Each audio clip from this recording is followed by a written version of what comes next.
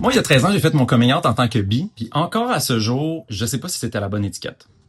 Bear with me, OK? Il faut comprendre que moi, au secondaire puis au cégep, j'ai été en amour avec une fille pendant genre 5 ans de ma vie. Relation on et off. C'est quand même ça qui a marqué mon adolescence, tu sais. À cause de ça, à aucun moment, je me suis dit que c'était une possibilité d'être autre chose qu'hétéro.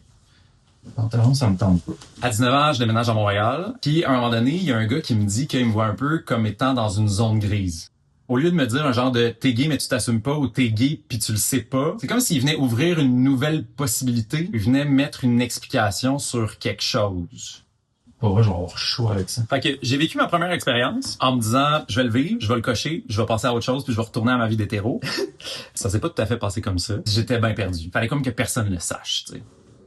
On aime ça? Je trouve ça boring. J'ai tout le temps un peu de la misère à décider ce que je vais mettre. Tranquillement pas vite, j'ai commencé à dire à mon entourage que j'étais bi, parce que c'était ça l'explication la plus cohérente avec ce que je vivais puis ce que j'avais vécu. Je l'ai dit à des amis, je l'ai dit à ma sœur. À un moment donné, je l'ai aussi annoncé à mes parents. J'ai vraiment bien fait ça. C'était le temps des fêtes, il était 3 heures du matin, je venais juste de finir de regarder J'ai tué ma mère de Xavier Dolan. J'ai réalisé qu'il y aurait aucun bon moment pour leur annoncer. Donc j'ai décidé d'aller les réveiller au beau milieu de la nuit pour leur faire une diarrhée verbale pas claire pantoute. Il était de même.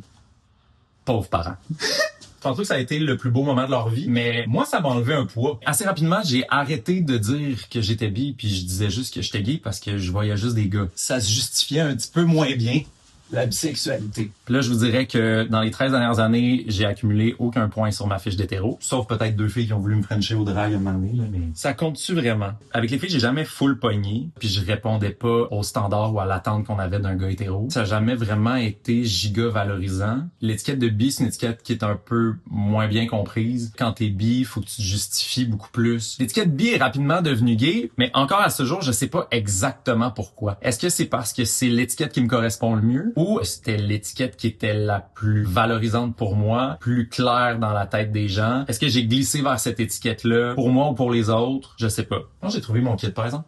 Je l'aime, cette chemise-là. Ah bah ça! Ce qui est confrontant, c'est que j'aime souvent dire aux gens que l'orientation sexuelle, c'est pas tout noir, tout blanc, c'est un continuum, ça peut évoluer. Puis au final, je sais même pas si je l'applique à moi-même.